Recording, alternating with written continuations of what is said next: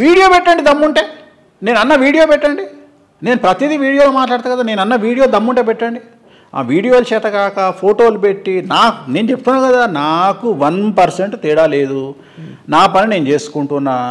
రెండోది, నిజంగానే నాకు ఆ బాధ కలిగినాడు, నిజంగానే నా జాతకం డౌన్ అయినాడు, మీరు చెప్పాల్సిన పని లేదు, నేనే చెప్పడం ఆపేస్తాను. అంతటినే విత్డ్రా అయిపోతాను, నేనే విత్డ్రా అయిపోతాను. మళ్ళీ మీరు అనుకోవచ్చు వీనికి ఇదే ఫుడ్ పెడుతుందేమో అని. ఈరోజు కూడా ఆల్టర్నేటివ్ నా బ్రతుకు నేను చూసుకొని బతుకుతా. నేను ఎట్లా బతకాలి అనేది చూసుకొని నా పని నేను చేసుకుంటా. నా సంపాదన నాకుంది, జ్యోతిష్యం మీద కాదు నా సంపాదన నాకుంది. నాకు తెలిసిన వ్యాపారాలు నేను చేసుకొని 4 రూపాయలు వెనకేసుకొని ధైర్యంగా బ్రతుకుతా. ఎందుకు? ఆన్సర్ ధైర్యంగా చెప్పాలి. రేపు అన్ననాడు జ్యోతిష్యం బంద్ చేయాల్సిన పరిస్థితి వస్తే నా జాతకం బాగలేక మీరేసే ప్రెషర్ కాదు, మీరు ప్రెషర్ వేసే స్థాయి ఎవరికీ లేదు, ఎందుకంటే మీరెవరు వచ్చి నన్ను జ్యోతిష్యం చెప్పొద్దని అనడానికి ఆర్టికల్ 19 ప్రకారం మీకెంత హక్కు ఉందో నాకంతే హక్కు ఉంది. కాకపోతే నేను కంట్రోల్లో ఉన్నా, మీరు శునకానందాన్ని పొందుతున్నారు. మీకు నాకు తేడా, నేను మనిషి రూపంలో ఉన్నా, మీరు శునక రూపంలో ఉన్నారు. మీకు నాకు చాలా తేడా ఉంది. మీరు విమర్శిస్తే విమర్శించే సహేతుకమైన విమర్శ ఎప్పటికీ. వారం రోజుల పాటు జరిగింది కదండి ట్రోలింగ్ మీ మీద బాగా. ఇప్పుడు మన తెలంగాణ ఎలక్షన్ కంటే నాదే ఎక్కువ ఉంది ట్రోలింగ్. ఆ రేవంత్ రెడ్డి సీఎం కంటే కూడా నాదే ఎక్కువ ఉంది, కేసీఆర్ కంటే నాదే ఎక్కువ ఉంది. అది అయిపోగానే ఇది స్టార్ట్ అయింది కదా.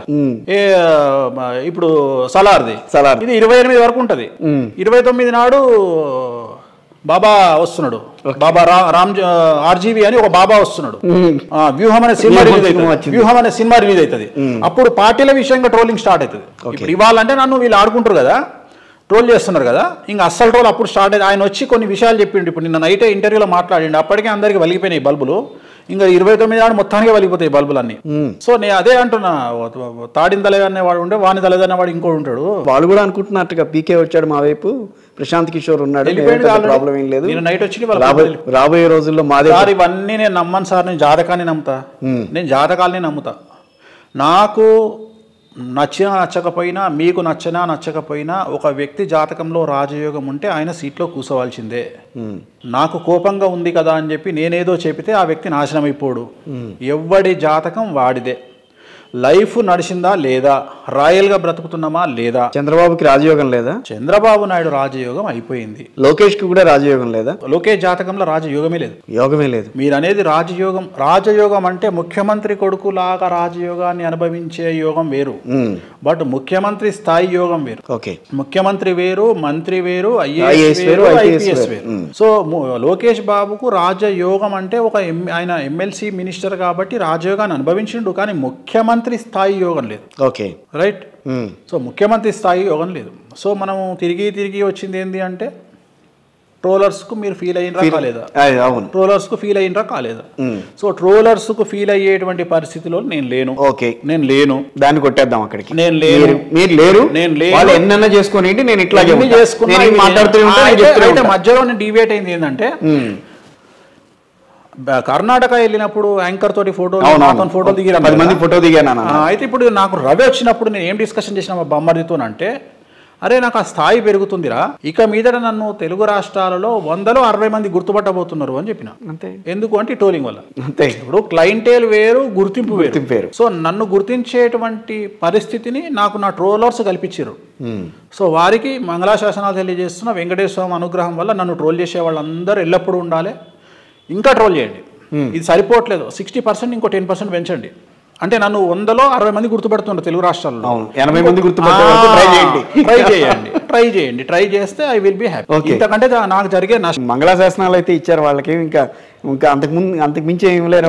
మంగళాశాసనాలు ఇస్తున్నా, ఇంకా అంతకంటే నేను చేయగలిగింది ఏముంది? మంగళాశాసనాలు ఇస్తే సరే, వాళ్ళు నమ్మరు కాబట్టి 2 కోటర్లు ఎక్కువ దాయి పండుకోండి ట్రోల్ చేసిన వారి. ఇంతకంటే ఏం చెప్తాం? వేణుస్వామిని ట్రోల్ చేసిన వారు 2 కోటర్లు ఎక్కువ దాయి పండుకోండి. ఇప్పుడు యూట్యూబ్ నాకైతే సాటిస్ఫాక్షన్ ఉందండి. ఎందుకుందంటే, ఒక యూట్యూబ్ ఛానల్లో ఇంటర్వ్యూ పెడతారు, ఒక జర్నలిస్ట్ అని వస్తాడు. ఆయన జిందగీలో ఎప్పుడు చూసిండా, నేను ఆయన ఎప్పుడు చూసిండా అంటే మెయిన్ స్ట్రీమ్ ఛానల్లో చేసింటారు, అసలు ఎప్పుడు ఎక్కడ కనిపించుంటారు. ఆయన వచ్చి ఇంటర్వ్యూలో కూర్చుంటాడు, మాట్లాడతాడు. వేణుస్వామి అని తమ్మునేలు పెట్టగానే కింద 3 లక్షల మంది వస్తారు. 3 లక్షల మంది అంటే 1,06,000 అంట. అంటే మనకి 18,000 ఇచ్చినట్టే కదా సార్ వానికి. అంతేగా. అంటే నా వల్ల 18,000 వచ్చినట్టే కదా. సో దీంట్లో నేను హ్యాపీ ఎత్తుకుంటా. అంటే ఒక్కొక్క ఛానల్లో నన్ను తిడుతూ పెట్టిన ప్రోగ్రాం వల్ల మీకు రేటింగ్ వస్తుంది అంటే, వ్యూవర్షిప్ వస్తుంది అంటే దట్ ఈజ్ వేణుస్వామి బ్రాండ్. ఇప్పుడు వేణుస్వామి గారు నన్ను పిలిచారా, నేను వేణుస్వామి గారిని పిలిచానా? మీ ఇష్టం, మీరు ఏదన్నా అనుకోండి. నేనే పిలిచాను వేణుస్వామి గారు, సార్ నాకు ఇవ్వండి ఏం చెప్పని అడిగాను. అందరికి ఇవ్వనుగా. ఇప్పుడు కొత్తగా స్టార్ట్ అయింది ఏంటంటే నేను ఇవ్వకపోతే కూడా తిడుతున్నాను. ఇప్పుడు మన 2 ఛానళ్ళలో నెగిటివ్గా పెట్టారు నా గురించి యూట్యూబ్ ఛానల్స్లో. ఎందుకు అంటే నేను ఇవ్వనన్నందుకు. సో ఇది కూడా ఫేస్ చేయాల్సి వస్తుంది కొత్తగా. ఇప్పుడు ఒక పద్ధతి ఉంటుంది కదా సార్. ఇప్పుడు మీరు సీనియర్ జర్నలిస్టు, ఒక 15 ఏళ్ళ నుండి నాకు తెలుసు, మీరు మాట్లాడే విధానం నాకు తెలుసు, మీరు ఎట్లా అప్రోచ్ అవుతారో నాకు తెలుసు.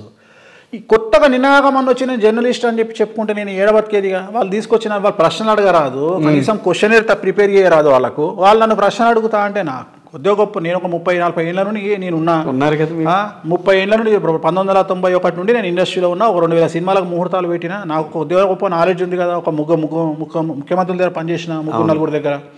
మరి నన్ను అడిగే విధానం కూడా ఉంటుంది కదా. వాళ్ళు అట్లా అడగకపోతే నేను ఏం చేయాలి? వద్దని చెప్తాం. వద్దని చెప్పినందుకు వీడు వద్దంటాడా అని చెప్పి నా గురించి నెగిటివ్ ప్రాపగండా చేస్తారు. సరే చేసారు. ఒక్కొక్క వీడియోకి 15,000 20,000 వేసుకున్నా కానీ ఒక 10 మంది ఉద్యోగాలు వస్తున్నాయి కదా. సినిమాలు అంటున్నారు ఈ మధ్యన, సినిమాలకి ఓపెనింగ్ షాట్స్కి వెళ్ళట్లేదు. బంద్ చేసిన, మొత్తానికి ఆపేసిన, టోటల్గా ఆపేసిన. అంటే నచ్చట్లేదు నాకు. అంటే మనం బియాండ్ అయిపోయినాం కాబట్టి వెళ్ళట్లేదు, అసలు సినిమాలకు వెళ్ళట్లేదు. లాస్ట్ చేసిన సినిమా ఐ థింక్ అంటే లాస్ట్ ఈ మధ్యకాలంలో చేసిన సినిమా అంటే కృష్ణ గారి సినిమా ఏదో చేసినాం. కృష్ణ గారి సినిమాని, కృష్ణ గారి సినిమా ఏదో ముహూర్తం పెట్టాం. ఇక దాని తర్వాత ఇంకా చేయలేదు ఇంకా.